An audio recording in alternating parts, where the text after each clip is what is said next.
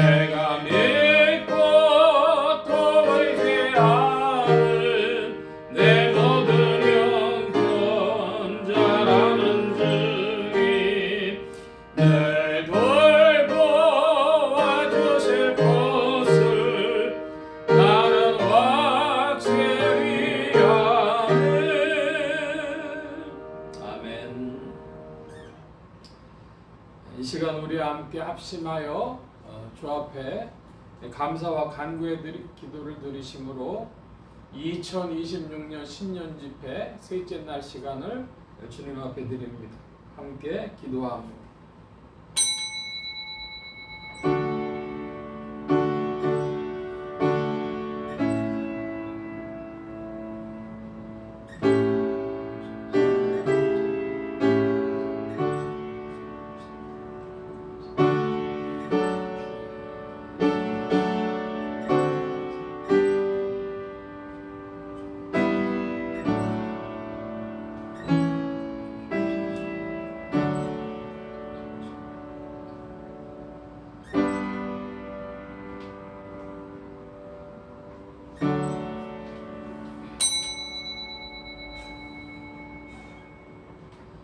나의 힘이 되신 여호와여, 내가 주를 사랑하나이다.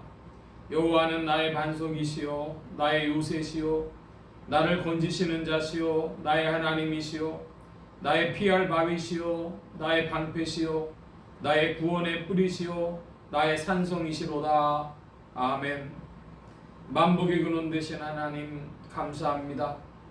이제 2026년을 시작하며 믿음 안에서 말씀과 함께 전진하길 위하여 주님 앞에 신년 집회를 개최하온데 주님 우리의 심령 속에 주의 말씀으로 새롭게 하시니 감사합니다. 주님의 은혜와 더불어 더욱 전진하는 올 한 해가 되어지도록 성령께서 더욱 역사하시고 인도하여 주옵소서. 이 시간 주께서 좌정하시며 다스리심을 구하고 의지하올 때 예수 그리스도의 이름으로 기도하옵나이다. 아멘. 찬송합니다. 460장 찬송 460장.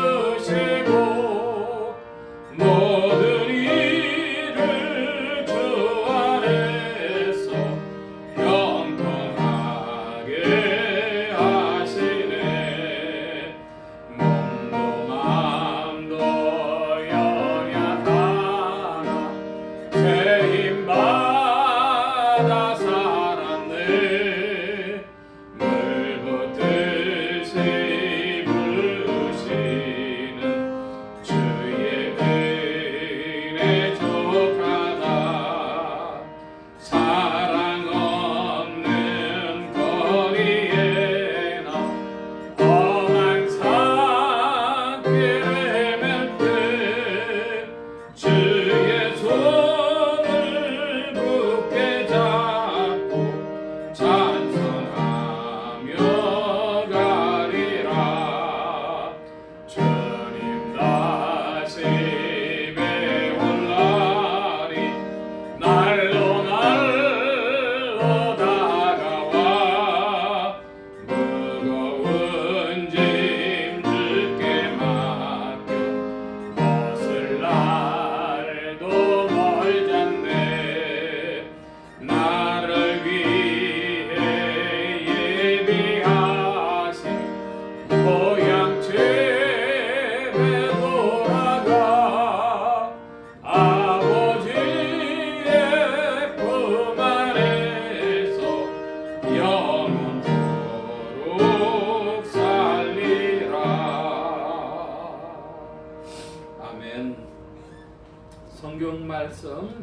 빌립보서 제3장 7절로부터 12절까지의 말씀 함께 교독을 합니다. 빌립보서 제3장 7절로 12절까지 함께 교독합니다.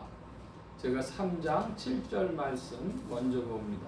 신약 321면 그러나 무엇이든지 내게 유익하던 것을 내가 그리스도를 위하여 다 해로 여길 뿐더러 또한 모든 것을 해로 여기면 내 주 그리스도 예수 아는 지식이 가장 고상함이니라.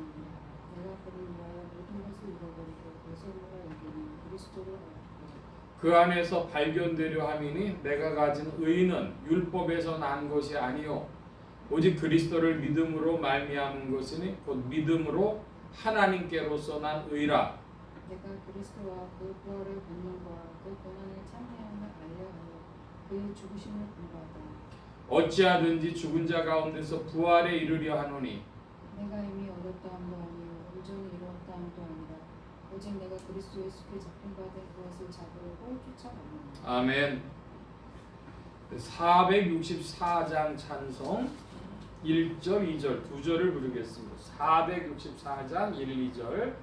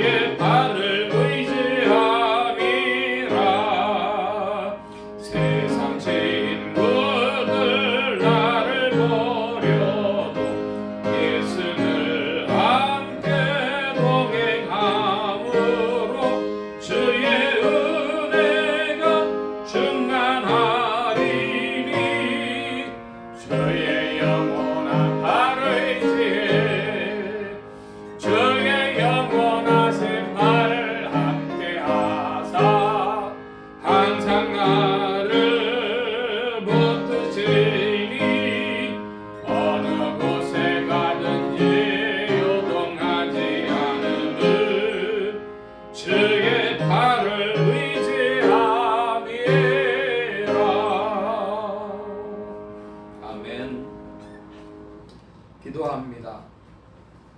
만복의 근원 되신 주님 감사합니다. 오늘 신년 집회 사흘날 빌립보서 3장과 4장의 말씀 살펴보려고 합니다.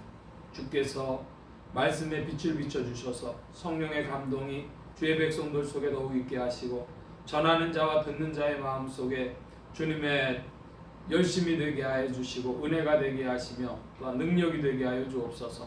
부족한 것 십자가 뒤로 감춰주시며 성령의 두루마기로 입혀주옵소서. 말하는 입과 듣는 귀에 복 주신 바라오며 의지하올 때 예수 그리스도의 이름으로 기도하옵나이다. 아멘. 할렐루야. 그리스도의 풍성하신 은혜와 사랑이 여러분 심령과 생활 중에 2026년 올 한 해 풍성히 운행하시기를 바랍니다. 어제는 3장 6절까지의 말씀을 우리가 살펴봤는데 한 절만 좀 살펴보고 가려고 합니다. 3장 1절 말씀에 보면 정말로 나의 형제들아 주 안에서 기뻐하라. 너희에게 같은 말을 쓰는 것이 내게는 수고로움이 없고 너희에게는 안전하니라. 사도 바울이 그냥 골백 번 얘기할 말을 하고 싶다는 겁니다. 너희에게 내가 여러 번 얘기를 해도 수고로움이 없고 너희에게 안전한 것이기 때문에 내가 그냥 여러 번 골백 번이라도 얘기하겠다. 내용이 무엇이죠? 주 안에서 기뻐하라. 왜 자꾸만 기쁨을 명하실까요? 데살로니가의 말씀에도 항상 기뻐하라, 쉬지 말고 기도하라, 범사에 감사하라 하신 거 보면은 기쁨은 명령되었다. 제가 신학교 다닐 때 책 제목이 기쁨은 명령되었다 그런 책을 봤어요. 그러니까 기쁨이 명령되어진 이유는 우리의 삶이, 인간의 실존이 어떠한 가능성이 크다는 거예요? 삶의 무게에 눌려서 마음이 무겁고 또 근심, 걱정, 염려되고 혹은 슬픔과 외로움에 휩싸이고 뭐 이런 이 연약한 인생들이기 때문에 그럴 가능성에, 그런 환경에, 그런 조건에 뭐 거의 노출이 되어지는 것이죠. 그런데 사도는 말하기를 주 안에서 기뻐하라. 이 말씀이 너희에게 안전하다. 바로 그것은 우리가 명령이기 때문에 어떻게 해야 됩니까? 순종해야 되는 것입니다. 한번 따라 하십시다. 기쁨에 순종. 기쁨에 대하여 순종하는 여러분의 감정이 아니라 명령이신 명령된 기쁨에 순종하는 것. 그것이 여러분에게 2026년 더욱 있으시길 바랍니다. 이 4장에도 이 말씀과 관계되어지는데 이후에 좀 더 다시 한번 살펴보겠습니다. 자, 7절의 말씀으로 가면 사도가 이런 말씀을 줍니다. 그러나 무엇이든지 내게 유익하던 것을 내가 그리스도를 위하여 다 해로 여길 뿐더러 그랬습니다. 사도 바울을 구성하고 있던 그 자신의 삶의 환경, 유익하다고 생각했던 삶의 환경은 뭐였냐 하면은 첫째로 그의 혈통과 가문이었습니다. 다소의 유력한 가문에 태어나서 그 아버지로부터 로마 시민권을 가지고 있는 자식은 로마 시민이 되는데 이제 우리 요즘으로 보면 미국 사람의 자식은 미국인이 되어지잖아요. 그 미국에서 태어나면 그래서 이 로마 시민권은 로마 시민권자가 자식을 낳으면 그 자식도 로마 시민이 됩니다. 그래서 자신의 혈통과 가문이 자기에게 유익했고 그 자기가 또 공부를 했는데 교육적 배경이 있습니다. 그 교육적 배경이 가말리엘 문화에서 공부하면서 요즘으로 얘기하면 학벌이 좋은 사람이었습니다. 유명한 그 율법 선생 밑에서 공부를 했습니다. 교육 배경만 좋았던 것이 아니라 사회적 신분도 좋았는데 이제 사내들인 공회의 예비 후보였습니다. 그러니까 앞 사람이 죽으면 이제 거기에 대신에 들어갈 명단을 가지고 있었는데 거기에 포함된 사람이에요. 그러니까 사회적 신분이라든지 교육적인 배경이라든지 혈통과 가문이라든지 다 그 사도 바울이 어디 가든지 대접받을 만한 그런 유익한 곳이었는데 그것을 다 해로 여겼다고 합니다. 하나님의 분배 아래서 사도 바울의 로마 시민권은 사도행전에 보면은 쓰임이 있었습니다. 다 그렇게 해놓으신 거는 하나님이 분배 가운데 해놓으신 것이었는데 자기 자신으로 볼 때는 이제 그런 거에 의지하지 않는다라는 그런 의견 표명이죠. 그리스도를 위하여 다 해로 여긴다. 별 의미 없더라. 그리고 그것을 기대는 것은 나에게 해로운 것이다. 지금 바울이 그런 이야기를 하는 것입니다. 자, 여러분 8절을 읽어주시기 바랍니다. 8절 시작. 모든 것을 해로 여기는 내 주 그리스도 예수를 아는 지식이 가장 무상함을 믿는다. 내가 그를 위하여 모든 것을 잃어버리고 지생으로 여기는 그리스도를 알고. 예, 8절의 말씀에 보면은 내 주 예수 그리스도 예수를 아는 지식이 가장 고상함을 인함이라 그랬습니다. 사도 바울 당시에는 세 가지의 큰 지식이 있었습니다. 첫째는 유대인이었기 때문에 그 율법에 대한 지식이죠. 그래서 탈무드라든지 뭐 이런 걸 다 배우지 않습니까? 그래서 유대인으로서 그런 지식도 있고, 또 하나는 그 당시 헬라 세계였기 때문에 플라톤, 아리스토텔레스 뭐 이런 플라톤주의, 신플라톤주의 그런 그 사상들이 그 당시의 세계에 영향을 미치고 있었습니다. 오늘날로 치면은 뭐 중국에 가도 하버드 대학이고, 인도에 가도 하버드 대학 출신이고, 전 세계가 독일에 가도 독일에서도 하버드에서 박사학위 하고 왔다 그러면 알아주는 겁니다. 그런 식으로 그 당시에는 이 헬라 철학이 다 장악을 하고 있었기 때문에 헬라 철학인데, 사도 바울은 로마 시민권자였기 때문에 모두 알았냐 그러면 라틴어도 알았습니다. 그래서 로마의 법, 이것에 대해서 사도 바울이 알고 있었어요. 로마의 법과 헬라의 철학과 유대의 율법, 뭐 그런 지식들을 다 가지고 있었는데, 그런데 사도 바울은 뭐라고 얘기하냐면 가장 고상하다. 가장 고상하다. 여러분, 법학에 대해서는 어떤 생각들을 가지고 계십니까? 인권 선언이라든지 우리나라의 헌법을 연구하는 사람들은요, 그 법철학과 헌법을 연구하면서 야, 이 법학이라는 게 고상하다, 그런 얘기하는 사람들을 들어본 적이 많이 있어요. 근데 또 고상한 것은 무엇이냐 그러면 플라톤 철학이 또 국가란 무엇이냐, 혹은 아리스토텔레스가 아름다움이란 무엇이냐, 윤리란 무엇이냐, 이거 참 요즘 말로 인문학을 하면서 고상한 것이죠. 그런데 사도 바울은 율법을 연구하는 것보다도, 철학을 연구하는 것보다도, 법학을 연구하는 것보다도 뭐가 가장 고상하다 그럽니까? 내 주 그리스도 예수를 아는 지식이 가장 고상하다. 가장 고상하다라고 하는 것은 아름답다고 하는 뜻도 되고, 높다고 하는 뜻도 되고, 깊다고 하는 뜻도 되고, 뿌리까지 내려가는 본질적이라는 뜻도 있습니다. 여러분, 그리스도 예수는 인생을 위하여 가장 고상한 지식임을 믿으시기 바랍니다. 우리의 영혼을 다루고, 우리의 인격을 다루고, 그리고 우리의 미래를 다루고, 그래서 가장 깊게, 가장 멀리, 가장 높게 우리에게 증거되어지는 것이 그리스도 예수를 아는 지식입니다. 여러분은 예수님에 대한 지식이 많다고 생각하십니까? 어떻습니까?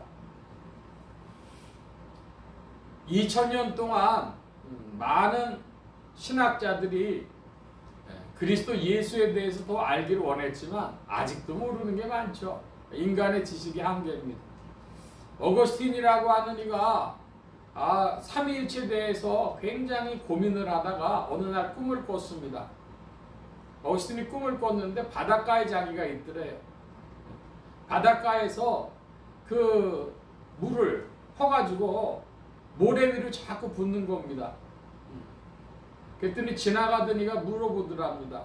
너 지금 무엇을 하고 있냐? 그랬더니 이 바닷물로 이 모래 위에 버가지고 모래가 물을 빨아들이니까 그렇게 해서 바닷물을 다 지금 모래 위에 부으려고 하는 겁니다. 그랬더니 지나가던 사람이 바닷물이 마르겠느냐? 그러면서 지나가더라는 거예요. 그래서 잠에서 깼습니다.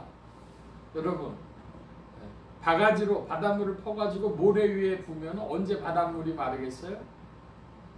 사람의 지식이라고 하는 것이 참 한계가 있는 것이죠.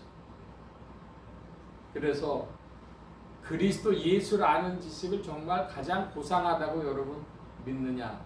2026년에는 그리스도를 아는 지식이 고상한 지식임을 더욱 믿는 한 해가 되시길 축원합니다. 그 안에 은혜가 있고 비밀이 있는 것입니다. 그래서 내가 그를 위하여 모든 것을 잃어버리고 배설물로 여김은 그리스도를 얻고 그 안에서 발견되려 함이니.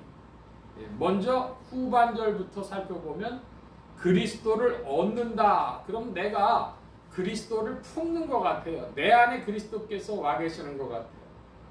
그런데 또 뭐라 그러냐면 그 안에서 발견되려고 한다 그랬습니다. 그리스도 예수 안에서 발견되어지는 것이죠. 실은 이것은 깊은 연합을 말합니다. A는 B가 되어지는 그런 상태를 지향하면서 이야기하고 있습니다. 그러려고 하니까 그리스도께 합하지 않은 것들이 어떻게 되어져야 되냐면 비워져야 하고 잃어버려져야 하는데 배설물로 여긴다 그랬습니다. 여러분, 배설물이라는 게 뭡니까? 가장 쉽게 말하면 초계같이 여긴다는 말이 있는데 초계는 뭘까요? 우리 요즘에 그 문해력이 요즘 중고등학생들 문해력이 많이 떨어진다 그러죠. 초계같이 여긴다. 초계가 뭘까요? 지푸라기 같이 여긴다. 그런 뜻이고요. 한마디로 배설물로 여긴다는 것은요, 똥오줌처럼 여긴다 그런 뜻입니다. 이제 그런 것은 나로부터 나아갔다, 잃어버렸다, 비웠다, 그런 뜻인데, 그렇게 한 이유는 그리스도를 얻으려고, 그리스도 안에서 발견되려고 하는 것이다. 그리고 9절에 또 이 로마서에서 발견될 만한 그런 구절이 나오는데요. 내가 가진 의는 율법에서 난 것이 아니요 오직 그리스도를 믿음으로 말미암은 것이니 곧 믿음으로 하나님께로서 난 의라. 자, 우리는 어떤 사람들입니까?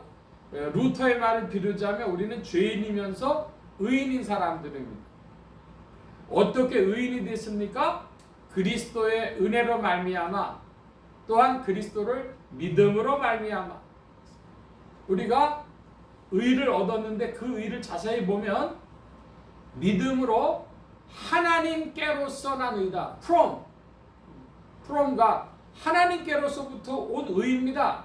내가 믿음이 있다고 해서 의를 만들어낸 것도 아니고 하나님께로서 난 온 의를 내가 수용하는 통로가 믿음인 것이지 내가 믿었다고 의가 되어지는 게 아니죠. 의는 그리스도의 은혜로 하나님께로부터 우리에게 온 것입니다. 그래서 그것을 받아들이는 통로로서의 믿음입니다. 10절, 11절도요, 굉장히 독특한 의미를 가지고 있는 구절입니다. 내가 그리스도와 그의 부활의 권능과 그 고난의 참여함을 알려하여 그의 죽으심을 본받아 어찌하든지 죽은 자 가운데서 부활에 이르려 하노니. 여러분 10절 11절 제가 읽었는데 들으시면서 뭐 이상한 거 못 느끼셨습니까? 뭐에 이르려 한다고요? 11절에 죽은 자 가운데서 부활에 이르려 하노니. 예수 그리스도의 부활을 믿는다. 그것이 아닙니다. 부활에 이르려고 한답니다. 뭐 이런 이야기가 있을 수 있어요. 우리가 어떻게 하면 그럴 수 있어요? 사도 바울은 이렇게 표현하고 있어요. 그리스도의 부활에 우리가 이르려야 하는데 그 앞에 어찌하든지 그랬으니까 수단 방법을 다해서 있는 힘을 다해서 그 말이죠. 내가 있는 힘을 다해서 부활에 이르려 한다. 아니 어떻게 하면 죽은 자가 부활에 이르러요? 사람에게 불가능한 이야기인데 답은 10절에 있습니다. 본받으면 부활에 이르는 길이 돼요. 뭘 본받아요? 그의 죽으심을 본받아. 아니 죽으심을 어떻게 본받아요? 죽으심을 본받는 방법은 뭐예요? 죽는 거죠. 근데 살아있으면서 어떻게 본받는다는 거예요? 내 육신으로 죽는 것이 아니라 나의 자아가 죽어진다는 것입니다. 우리 자아가 어떻게 하면 죽어집니까? 주님 앞에 순종함으로, 충성함으로, 복종함으로 우리 자아가 죽어지는 것이죠. 10절을 제가 다시 봅니다. 내가 그리스도와 그의 부활의 권능과 그 고난의 참여함을 알려하여 그의 죽으심을 본받아. 여러분 2026년에는 그리스도의 죽으심을 본받는 은혜가 더 없길 바랍니다. 그것이 우리 믿음의 진보입니다. 사도 바울의 다른 표현으로는 믿음의 진보지요. 한번 따라 하십시다. 믿음의 진보. 예, 믿음의 진보가 그러니까 그리스도의 죽으심을 본받는 것이고, 그래서 어떻게 해서든지 부활에 이르려고 하는 것입니다. 이게 다 우리가 그리스도의 죽으심을 믿고 부활을 믿고 하는 그 차원하고 이야기가 전혀 다른 것 같은데, 성경이 말씀하는 믿음이란 사실 이런 겁니다. 그리스도의 죽으심을 본받는 것. 어떻게 해서 그리스도께서 그 죽으심의 본을 우리에게 남기셨어요? 예를 들면 마태복음에 보니까 겟세마네 동산에서 할 수만 있다면 이 잔을 내게서 옮겨주옵소서. 그러나 내 뜻대로 마옵시고 아버지 뜻대로 되어지길 원합니다. 내 뜻대로 마옵시고 아버지 뜻대로 되길 원합니다 할 때마다 우리가 그리스도의 죽으심을 본받는 겁니다. 죽으심을 본받는 사람, 어떻게든지 그 길로 가면 무엇에 이르러요? 죽으심을 거쳐서 부활에 이르는 겁니다. 부활에 이른다 그랬어요? 그 자리에 사실은 내가 가는 것이 아니라 부활의 자나 하나님께서 역사하시는 생명과 권능의 자리입니다. 주님이 우리를 일으켜 주시는 것이죠. 우리의 자아가 죽고 비워지면 주의 것으로 채워지는 줄로 믿습니다. 그 우리가 얻는 분복이죠. 다시 8절 말씀 보면 내 주 그리스도 예수를 아는 지식이 가장 고상함을 인함이라. 그러니까 나의 자아가 죽고, 그래서 그 부활의 권능 자리로 나아가기를, 어떻게 하든지 나아가기를 사모할 때 무엇으로 우리가 채워져요? 그리스도로 채워지고 그리스도를 아는 지식으로 채워지고 하는 것입니다. 그래서 사도 바울은 이런 가운데 전해주는 말씀이 있습니다. 12절입니다. 자, 여러분 큰 소리로 12절 봐주시기 바랍니다. 12절 시작.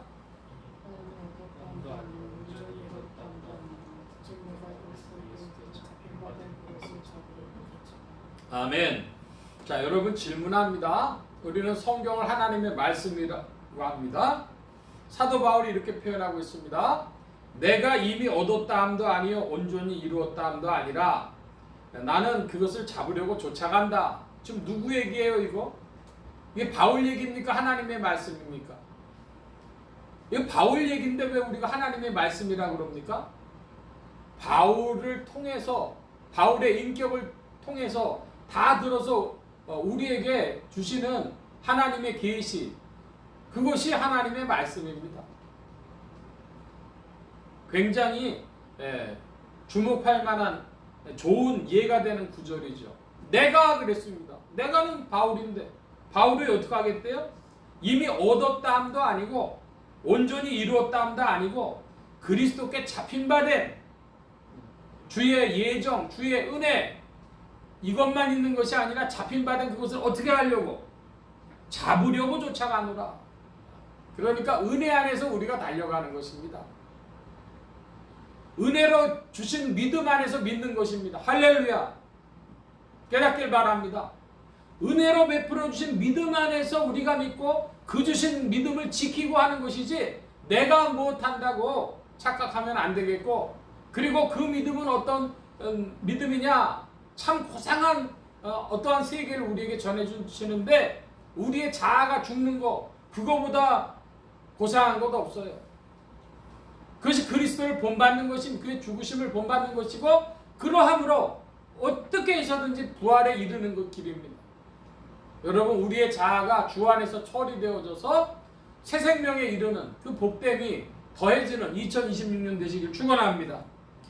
13절입니다. 형제들아, 아직 내가 잡은 줄로 여기지 아니하고 오직 한 일, 즉 뒤에 있는 것은 잊어버리고 앞에 있는 것을 잡으려고 14절 여러분 봐주시기 바랍니다.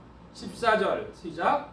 그때를 향하여 그리스도 예수 안에서 하나님이 위해서 부르신 부름의 상을 위하여 쫓아간다. 아멘. 사도 바울이 뭘 위해서 쫓아간대요? 이거 다 쫓아간다, 달려간다는 겁니다. 뭘 위해서 달려간답니까? 부름의 상을 위하여. 하나님이 부르셨다는 것이죠. 요즘에는 무슨 택시를 부르면은 어떤 상표를 얘기하는 것이 아니고 뭐 카카오 택시나 뭐 이런 걸 부르면 오죠. 근데 그 전 단계, 우리나라 그 전 단계에서는요, 콜 택시라고 불렀어요. 콜을 하는 거예요. 부르면 온다. 우리를 부르신 이가 누구십니까? 하나님이 우리를 부르셨어요. 여러분 자기 한번 이름을 마음속으로 불러보시기 바랍니다. 누구야? 하나님이 누구야? 부르셨기 때문에 우리가 그리스도를 향해서 주 안에서 쫓아가는 것입니다. 달려가는 것입니다. 그러려니까 달려가려니까 어떻게 했냐? 13절에 보니까 뒤에 있는 것을 잊어버리고 뒤에 있는 것을 잊어버리고 앞에 있는 것을 잡으려고. 우리가 인생을 살아가면 사람이 참 재미가 있게 이게 조성이 됐어요. 사람이 앞에는 복잡합니다. 눈도 있고 코도 있고 입도 있고 귀도 있고 뭐 다 이렇게 한데 등 뒤쪽에는 어떻게 돼 있어요? 아주 단순하죠. 그러니까 앞만 보게 돼 사람 앞만 보게 돼 있어요. 뒤에도 눈이 달려 있지는 않아요. 뒤에 있는 것은 잊어버리고 2025년까지 있었던 일은 잊어버리고 2026년을 향하여서 뜨겁게 달려가는 은혜가 우리에게 있길 바랍니다. 할렐루야. 뒤에 있는 것은 잊어버리고 앞에 있는 것을 잡으려고. 그래서 예수 믿는 사람들은 그 의식이 현재와 미래예요. 과거가 아닙니다. 과거가 자랑일 수도 있고 과거가 수치일 수도 있고 뭐 여러 가지 있지만 그거 다 지금 나와는 상관이 없어. 내 손을 떠났어요. 나에게 주어 있지 않아요. 뒤에 있는 것은 잊어버리고 누구야 부르신 부름의 상을 위해서 오늘 2026년에 우리를 부르신 주 안에서 달려가는 줄 믿습니다. 15절 제가 봅니다. 16절 봐주시기 바랍니다. 그러므로 누구든지 우리 온전히 이룬 자들은 이렇게 생각할지니 만일 무슨 일에 너희가 달리 생각하면 하나님이 이것도 너희에게 나타내시리라. 우리가 어디까지 이르렀든지 그대로 행할 것이다. 아멘.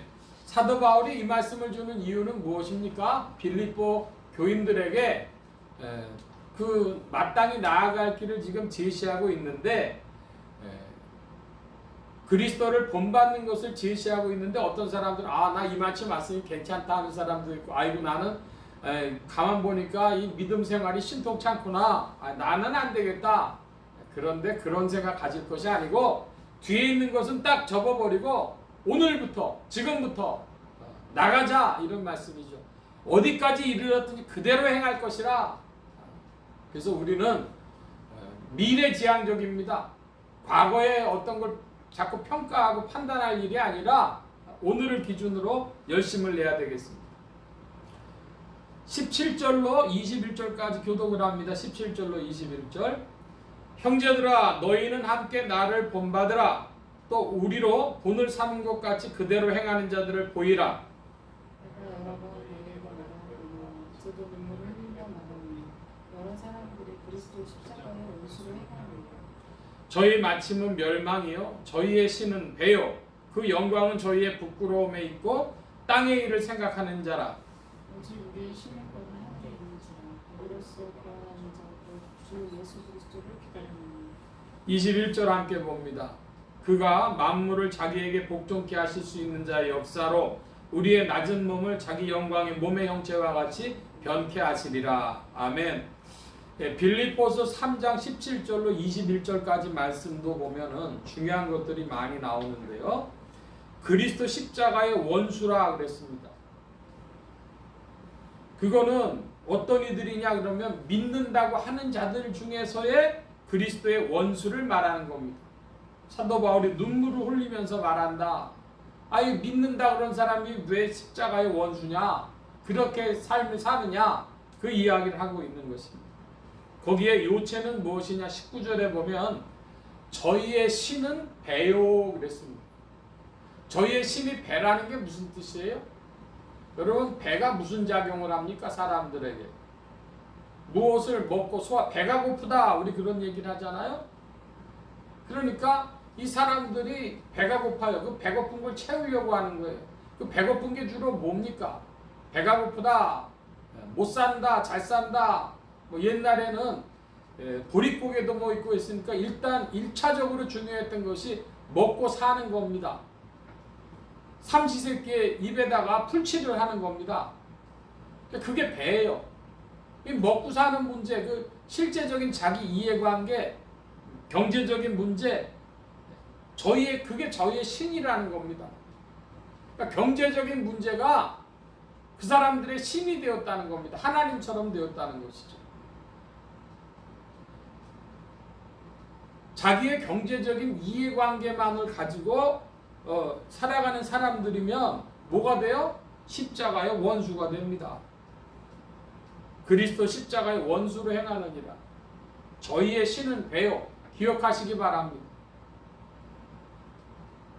나의 욕심 채우려고, 배고픈 거 채우려고. 20절에 보면 우리의 시민권 어디 있답니까? 우리의 시민권. 한번 따라 하십시다. 우리의 시민권. 우리의 시민권 하늘에 있다. 그럽니다. 참 저는 성경 구절에서 이 구절 볼 때마다 가슴이 좀 설레는 바가 있어요. 우리의 시민권. 제가 어렸을 때 뭐 미국을 좋아해서 그런지 몰라요. 한국 사람은 국적이란 말을 쓰지 시민권이란 말을 쓴 적이 없거든요. 근데 미국의 이민들 사람들이 그때 1970년대부터 가면서 시민권 땄냐 못 땄냐 시민권 그래요. 그래서 성경을 보는데 시민권이 나오는 거예요. 우리의 시민권이 어디에 있다? 하늘에 있다. 사도 바울이 우리에게 증거해 준 것입니다. 우리의 시민권. 여러분과 저의 시민권이 어디에 있다고요? 하늘에 있다고요. 과연 이렇게 믿고 이런 설렘이 있느냐? 2026년에는 우리의 시민권에 대한 의식이 분명해져서 나는 하늘 사람이구나. 나는 하늘 국적이구나. 분명한 한 해가 되어지시기 바랍니다. 그리고 21절에 보면은 우리의 낮은 몸을 자기 영광의 몸의 형체와 같이 변케 하시리라. 그런 표현이 나옵니다. 이것은 마지막 날 만물을 새롭게 하실 때 일인데 자기 영광의 몸의 형체란 무엇입니까? 그리스도의 몸의 형체가 무엇일까요?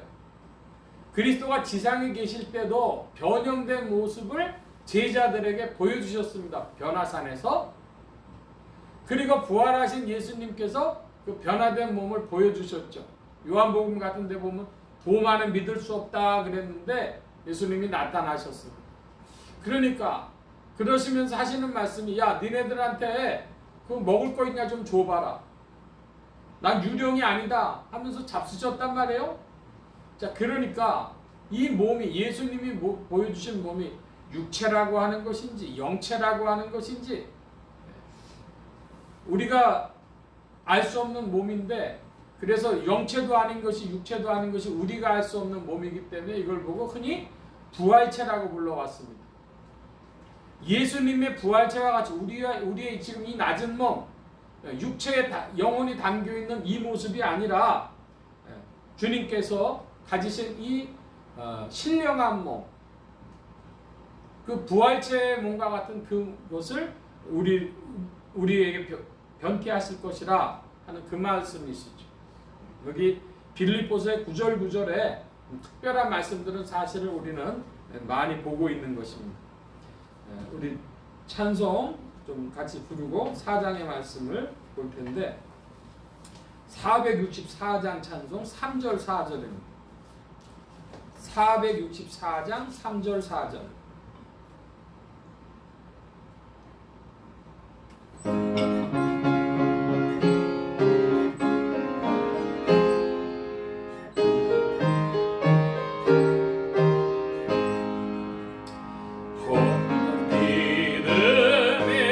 영원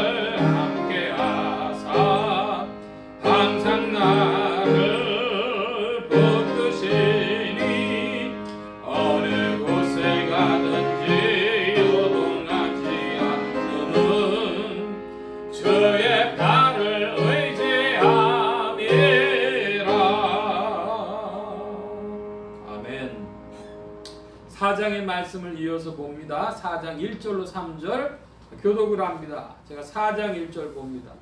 그러므로 나의 사랑하고 사모하는 형제들, 나의 기쁨이요 면류관인 사랑하는 자들아, 이와 같이 주 안에 서라. 내가 유오디아를 받았고 순두개를 받았으니 주 안에서 같은 마음을 품어. 3절 함께 봅니다. 또 참으로 나와 멍에를 같이 앉아 네게 구하노니 복음에 나와 함께 힘쓰던 저 부녀들을 돕고 또한 글레멘드와 그 외에 나의 동역자들을 도우라. 그 이름들이 생명책에 있느니라. 아멘. 4장 1절에 보면 나의 기쁨이요 면류관인 사랑하는 자들아. 나의 기쁨이요. 사람 보면 굉장히요 막 아주 마음에 보고 싶고 흡족하고 그런 저기들이 있습니다. 이제 제가 할아버지가 돼 보니까요, 야, 그 손주가 기쁨이다 그런 말이 좀 느껴져요. 그래서 나의 기쁨이요. 이 사도 바울은 독신이었거든요. 근데 그런 피해의 관계를 넘어서 신령하게 영적으로 빌립보 성도들 나의 기쁨이요. 이건 사실일 것 같아요. 나는 이렇게 좀 신령한 목회자인가 질문할 때 정말 사도 바울을 하나님이 우리에게 모델 주셔서 감사하다. 주님 마음하고는 비교 못하고 바울하고 비교해도 내 처지가 나오니까 나의 기쁨이요. 정말 내가 우리 믿는 형제자매들에 대해서 그런 마음 갖는가? 우리 교회 성도들에 대해서 그런 마음 갖는가? 성도들끼리 또한 그런 마음 갖는가? 질문하게 보게 됩니다. 자, 그런데 2절에는 재미있는 게 나오죠. 유오디아와 순두개라 그런 두 이름이 나옵니다. 사람 이름이. 내가 유오디아를 권하고 순두개를 권하노니 주 안에서 같은 마음을 품으라. 1절에 보니까 나의 기쁨이요 하면서 아주 그 사도 바울이 가지고 있었던 영적인 신령한 그런 인간관계 그것이 지금 드러나고 있는데 거꾸로 2절에는 말씀해 보니까 유오디아와 순두개를 권하는데 주 안에서 같은 마음을 품으라 그랬습니다. 이건 무슨 얘기가 될까요? 성경학자들은 뭐라고 이것을 이해하냐면 빌립보 교회에서 유오디아와 순두개가 아주 사이가 안 좋아가지고 싸우는 얘기가 맨날 만나면은 싸우는 얘기가 들렸다 이렇게 해석을 하는 겁니다. 요즘에 MBTI로 얘기하면 아마 누가 I고 누가 E였는지 모르겠는데 외향적인 사람하고 내향적인 사람하고 이런 사람 저런 아주 성격이 다른 사람들이니까 이렇게 티격태격했고 그러기 때문에 사도 바울이 같은 마음을 품으라고 했다 이것입니다.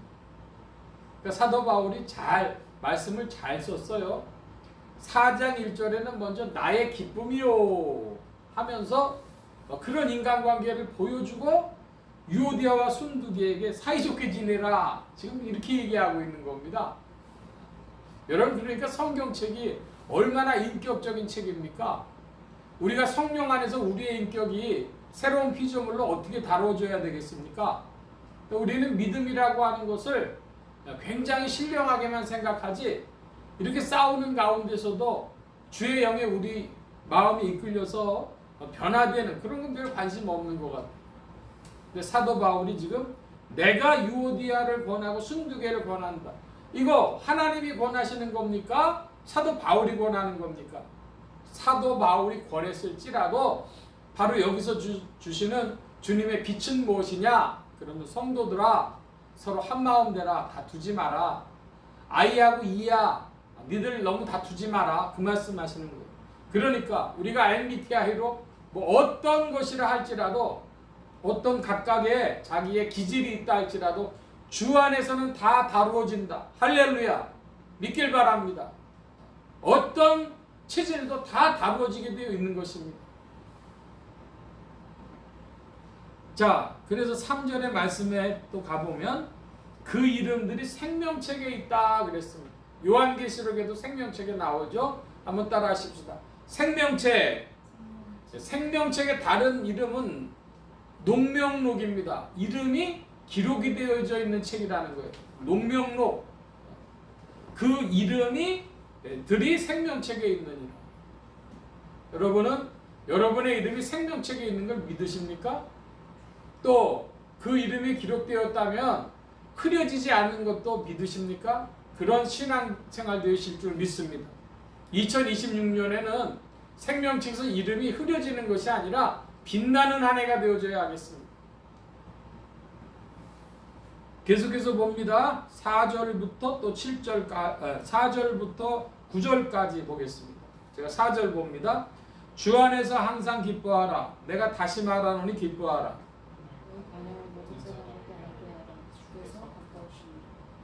아무것도 염려하지 말고 오직 모든 일에 기도와 간구로 너희 구할 것을 감사함으로 하나님께 아뢰라.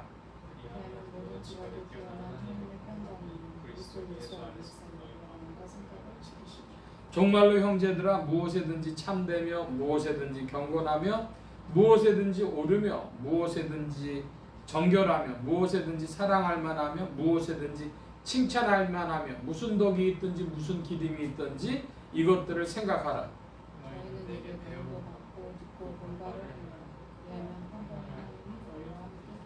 아멘. 자, 여기에 그 4장 4절의 말씀에 보면 좀 특이한 말씀이 나옵니다. 뭐 아주 평범하지만 특이한 것입니다. 주 안에서 항상 기뻐하라. 그 다음에 쓴 구절이 중요한 거예요. 내가 다시 말하노니. 사도 바울이 왜 내가 다시 말하노니라고 했을까요? 중요하다는 뜻도 되고 반복해서 이야기한다는 뜻도 되고 골백 번 얘기한다는 뜻도 되고 바로 이것이 3장 1절하고 똑같은 것입니다. 3장 1절에 뭐라고 되어 있죠? 정말로 나의 형제들아 주 안에서 기뻐하라. 너희에게 같은 말을 쓰는 것이 내게는 수고로움이 없고 너희에게는 안전하니라. 그러니까 사람이 그 기쁨의 자리에서 떠밀려 나는 일이 얼마나 많다는 거예요. 조금만 삐끗하면 벌써 본정신 돌아오면 예수 정신이 아니라 인간이 본정신만 돌아오면 사람은 뭐합니까? 시기 질투, 근심 걱정 염려, 외로움과 슬픔, 이런 것이 인간의 본정신이란 말입니다. 그러니까 예수 정신으로 있을 때는 안 그런데 본정신만 돌아오면 항상 이렇기 때문에 사도 바울이 계속해서 뭐하라? 주 안에서 기뻐하라. 다시 말하노니 기뻐하라. 주 안에서 기뻐하라. 얘기하고 있는 것이죠. 여러분 2026년에는 주 안의 기쁨으로 여러분의 삶에 그 감정에 또 인식에 디폴트를 맞춰 놓으시기를 바랍니다. 참 기이한 일입니다. 사도 바울이 계속해서 얘기를 해요. 자, 이것은 오늘 이번 10년 집회의 주제이기도 한데 주 안에서 믿음으로 기뻐하는 2026년. 우리가 본정신만 돌아오면 2026년에는 걱정, 근심, 염려할 것들이요. 이 불확실성의 시대에 미국이 어떻게 될런지, 일본이 어떻게 될런지, 중국이 어떻게 될런지, 러시아가 어떻게 될런지, 북한이 어떻게 될런지, 한국이 어떻게 될런지 아무것도 모르는 이 시대에 우리가 본정신만 돌아가면 어떻게 돼요? 근심, 걱정, 염려, 외로움과 슬픔, 이거 빠질 수 있는 자리인데, 아니면 교만, 질투, 시기 이런 거 빠질 수 있는 자리인데 우리는 본정신이 아니라 예수 정신으로 주 안에서 기뻐하라. 할렐루야. 디폴트를 맞춰주시기를 바랍니다. 그래서 거기에 또 방법론을 하나 이제 우리에게 증거하고 있는데요. 사도 바울이 5절에는 관용이라고 하는 표현을 하고 있어요. 포용력이라는 겁니다. 받아준다는 겁니다.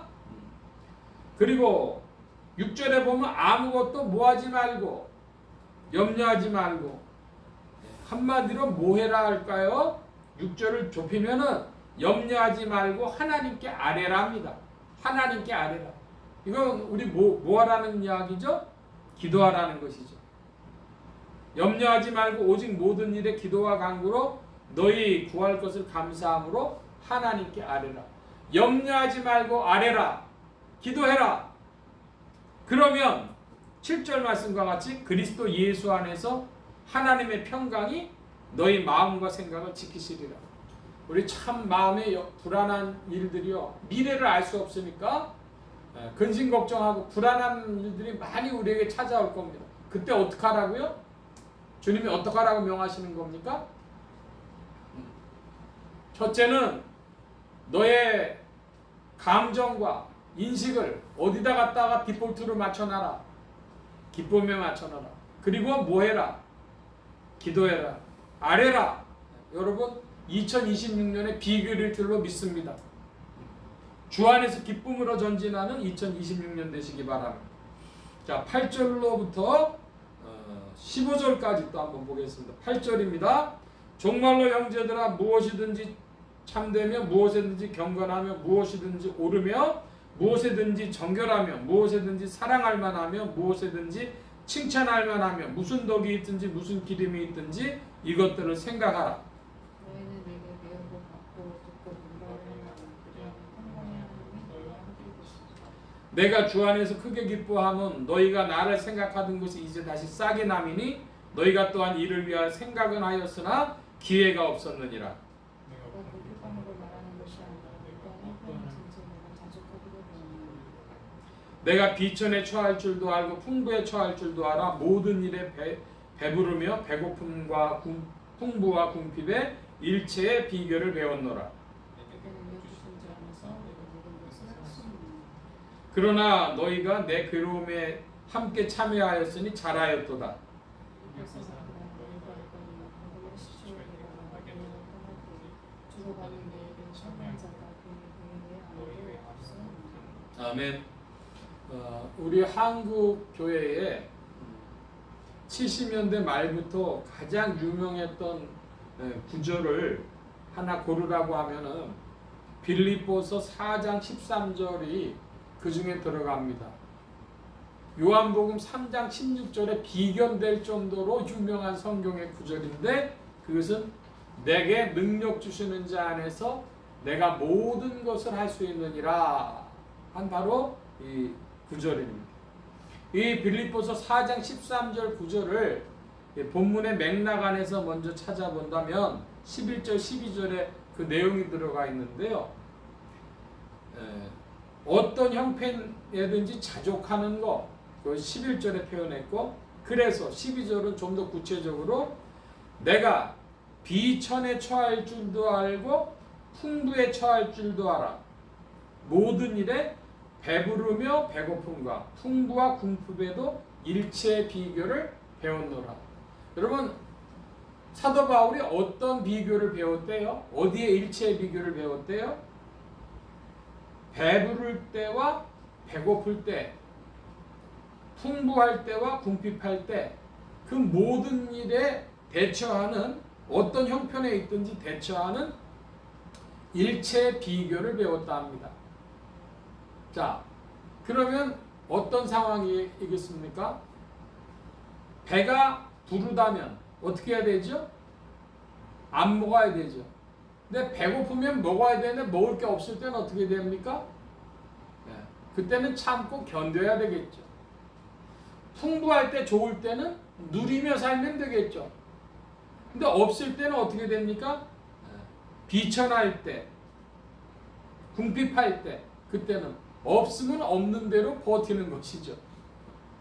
사도 바울이 그 이야기를 전제하면서 이제 4장 13절에 내게 능력 주시는 자 안에서 내가 모든 것을 할 수 있느니라. 그 모든 것이란 첫째로 뭐냐?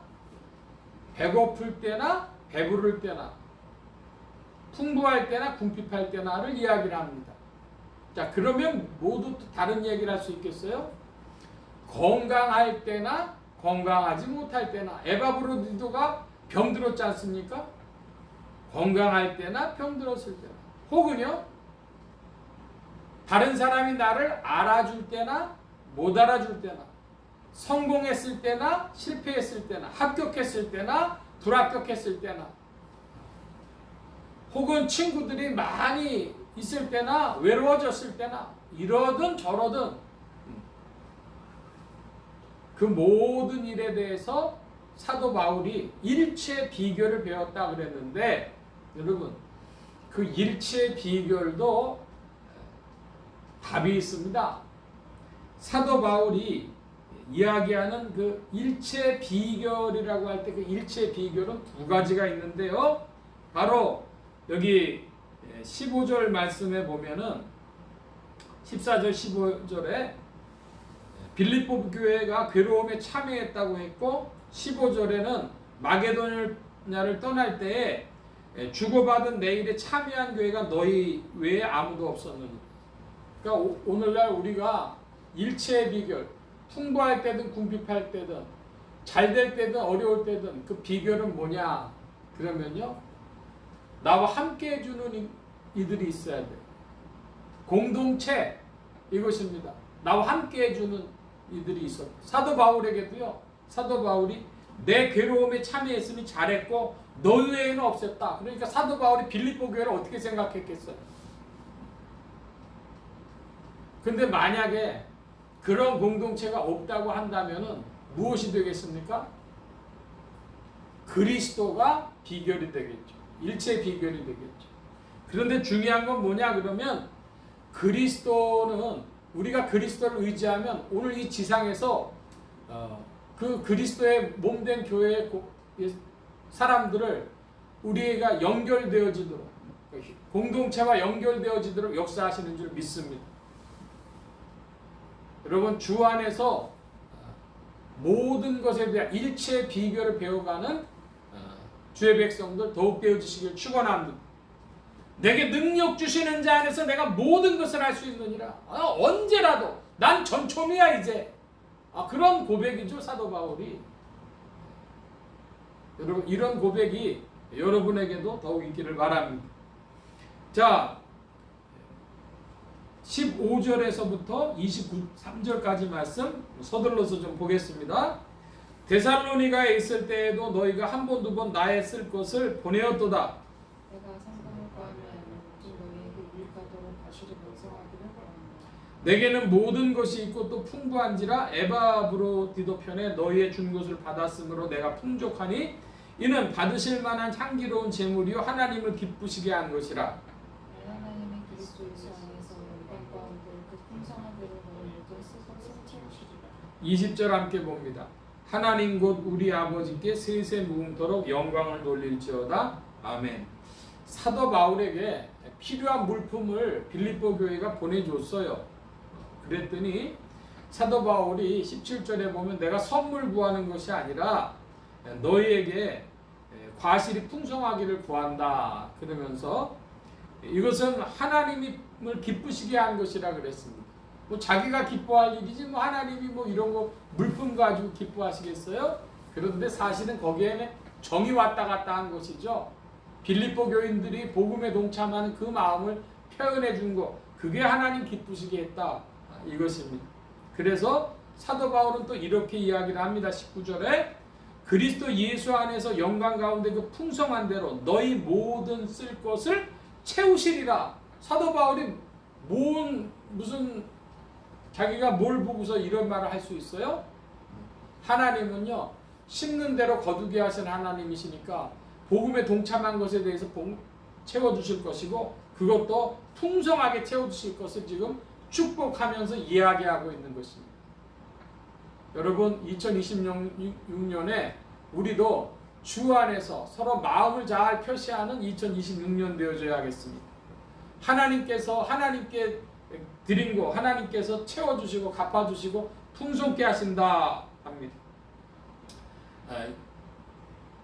21절로부터 23절 말씀에 보면은 그리스도 예수 안에 있는 성도들에게 각각 문안하라 그랬습니다. 한 사람 한 사람들입니다. 우리 로마서 같은 데 보면 이름들이 쭉 나와요. 그러니까 매우 인격적인 신앙이 성경에 기록되어져 있다. 기억하시기 바랍니다. 그리고 또 우리의 예상을 뛰어넘는 것 22절에 모든 성도들이 너희에게 문안하되 특별히 가이사 집 사람 중 몇이니라. 이게 무슨 말씀입니까?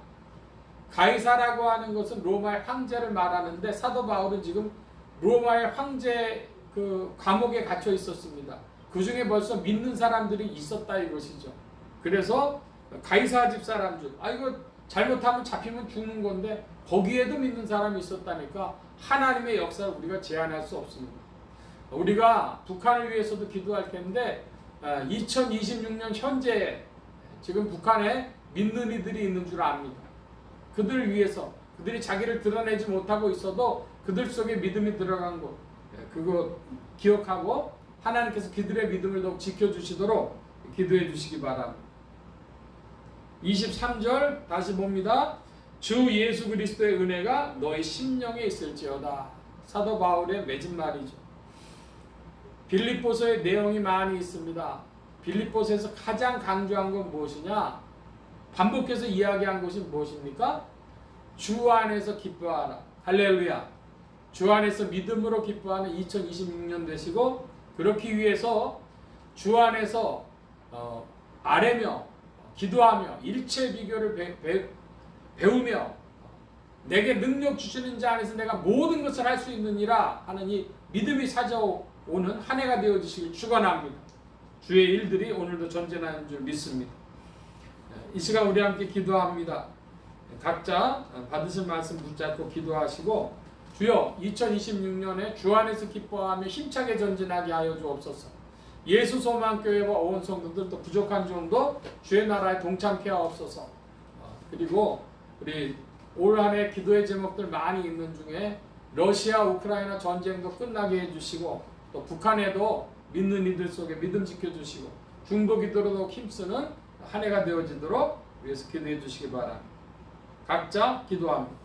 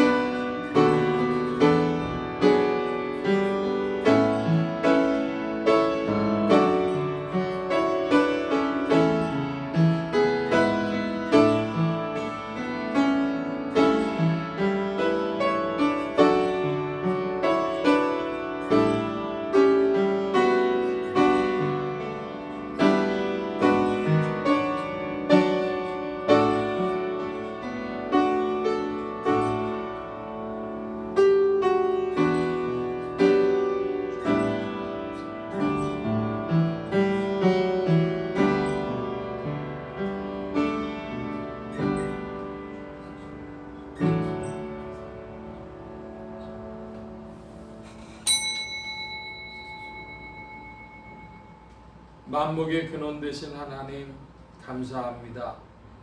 2026년 말씀과 함께 시작하게 하시니 감사드리고 특별히 주 안에서 믿음으로 기뻐하는 2026년이 되게 하시며 그리스도 안에서 일체의 삶의 비결을 배우며 아무것도 염려하지 말고 주님께 아뢰며 기도하며 주와 더불어 힘차게 전진하는 발걸음들이 되어지도록 주님께서 빛을 비춰주시고 성령으로도 인도하여 주시옵소서. 새해 주님 안에 있는 비전을 더욱 발견하며 주의 나라에 동참하는 모든 지체들 되게 하여 주시고 세계 선교를 위하여 또 한국교회를 위하여 기도하며 주님의 세계를 구하는 중보에 힘쓰는 2026년 되어지도록 주님 또 지체들에게 더욱 함께하여 주시옵소서. 풍성하고 좋으신 주께서 우리의 삶의 아름다움으로 풍성함으로 채워주시고 이끌으실 줄 믿사옵고 주의 이름을 높이며 의지하오니 주님 연약한 자들을 돌보시며 이끌어 주시옵소서. 감사하며 주 이름 높이며 의지하올 때 예수 그리스도의 이름으로 기도하옵나이다. 아멘. 찬송합니다. 410장 찬송. 410장 찬송. 부르신 후에 주기도문으로 신년 집회 사흘째 날을 필요합니다. 410장.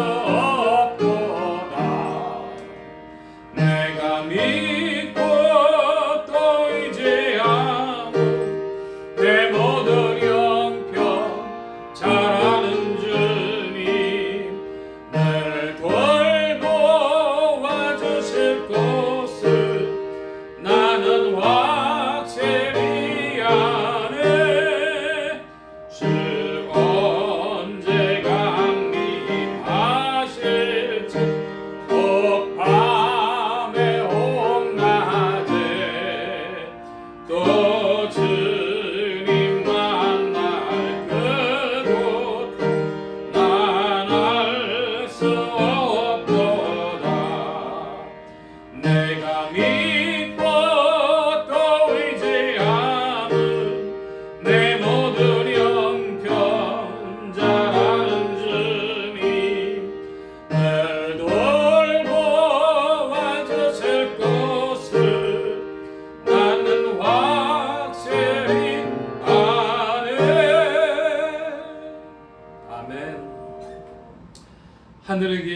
아버지여 이름이 거룩히 여김을 받으시오며 나라의 마옵시며 뜻이 하늘에서 이루어진 것 같이 땅에서 이루어지 오늘날 우리에게 일용할 양식을 주옵시고 우리가 우리에게 죄 지은 자를 사하여 준 것 같이 우리 죄를 사하여 주옵시고 우리를 시험에 들게 하지 마옵시고 다만 악에서 구하옵소서. 되게 나라와 권세와 영광이 아버지께 영원히 있사옵나이다. 아멘.